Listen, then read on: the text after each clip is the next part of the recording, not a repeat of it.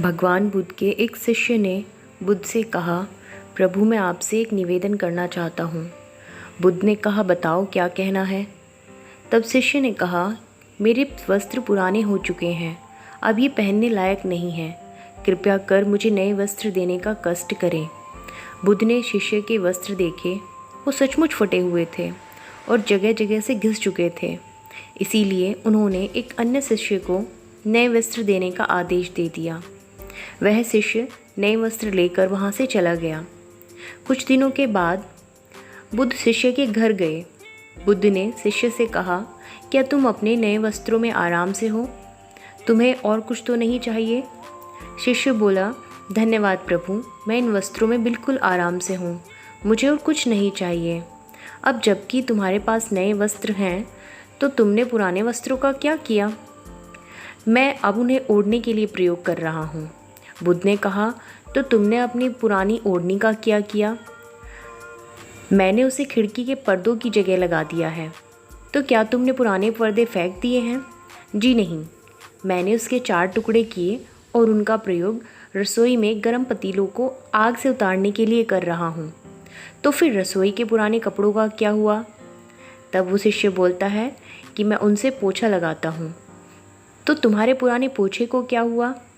प्रभु, वो अब इतना तार-तार हो चुका था कि उसका कुछ किया ही नहीं जा सकता था। इसीलिए मैंने उसका एक एक धागा अलग कर दिया और उनकी बत्तियां बना ली। उन्हीं में से एक दिया आपके कक्ष में कल प्रकाशमान था।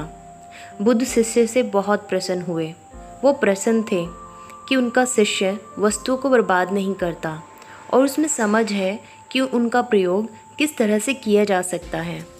दोस्तों, इस कहानी से गौतम बुद्ध हमें ये बताना चाहते हैं कि हमें वस्तुओं का सही तरीके से इस्तेमाल करना चाहिए।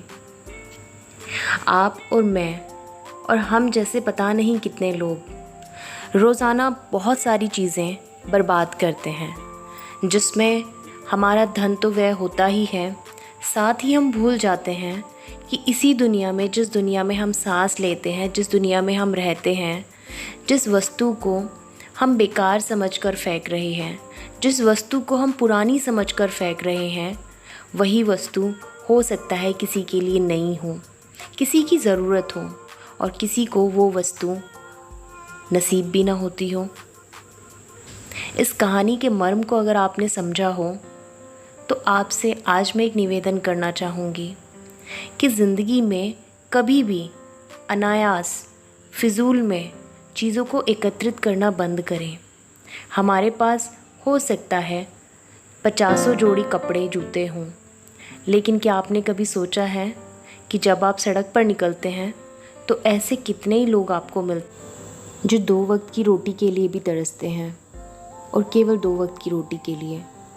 सर्दियों में न जाने कितने बच्चे ऐसे होते हैं जो अपने शरीर को ढकने के लिए गर्म कपड़ों को तरसते हैं, अपने पैरों में ठंड से बचने के लिए, जिनके पैरों में जूते तो दूर की बात, मोजे तक नहीं होते।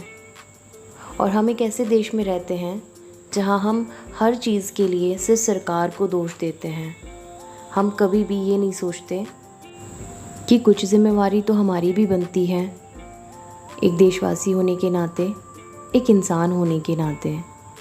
आज तो सोशल मीडिया का ज़माना है और आज फिजूल खर्ची और वस्तुओं को जमा करने की एक होड़ सी लगी है, क्योंकि आप जो भी कोई दूसरा चैनल खोलोगे उसमें भांति भांति के आपको एडवर्टाइजमेंट देखने को मिलेंगे और ललचाने के लिए दुनिया भर की जितनी भी कंपनीज़ हैं वो सेल निकालेगी और लोग ऐसा भी सामान इकट्ठा कर लेंगे जो शायद उनके उपयोग का है ही नहीं।